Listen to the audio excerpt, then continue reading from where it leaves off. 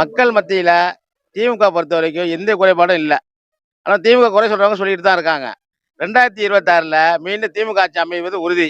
அதுல எந்தவித மாற்றமும் கிடையாது. ஆமா. பெண்கள் மத்தியில எப்படிங்க வரவேற்பு? பெண்கள் மத்தியில எல்லாருமே மக்கள் தமிழ்நாட பொறுத்த நடிகர் வந்ததுனால நடிகருக்கு இங்க வேலை இல்ல தலைவரே.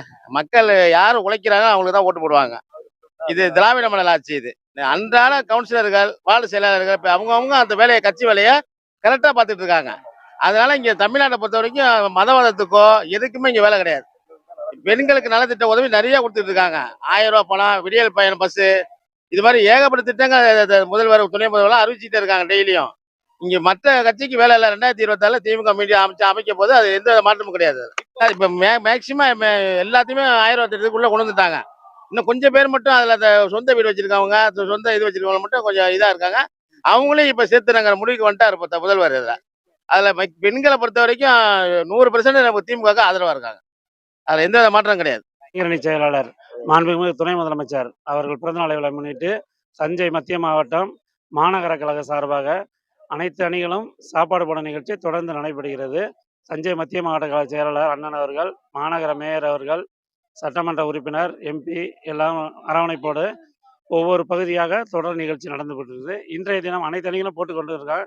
இன்று வர்த்தகணி மாநகர வர்த்தகணி சார்பில் செந்தில் நாராயணசாமி அவர்கள் ஏற்பாட்டில் அனைத்து கழக உடன்பொருள் முன்னிலையில் நிகழ்ச்சி சிறப்பாக நடைபெற்று கொண்டிருக்கிறது.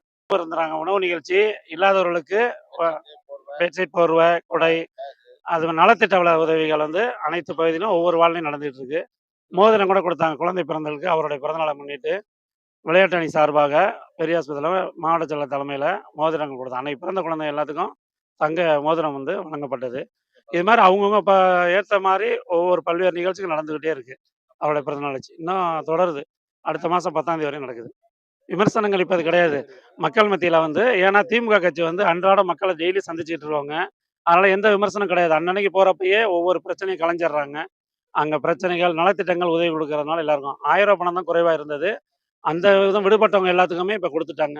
இதுலேயும் 1, 2 விடுபட்டிருந்தால் அதையும் செஞ்சு தரேன்னு முதலமைச்சர் அவர்கள் சொல்லியிருக்கிறதுனால குறைகள் எதுவுமே கிடையாது. மக்கள் அனைவருமே கட்சி ஒன்றிணைந்து ஓரணியில் தமிழ்நாடுன்ற மாதிரி எல்லாரும் ஓரணியில் சேர்ந்து மக்களுக்கு வாக்களித்து மீண்டும் தமிழ்நாட்டில் முதலமைச்சரில் 2026ல் அரியணையில் அறைய வைக்க அனைவரும் முயற்சி பண்ணிட்டு இருக்காங்க.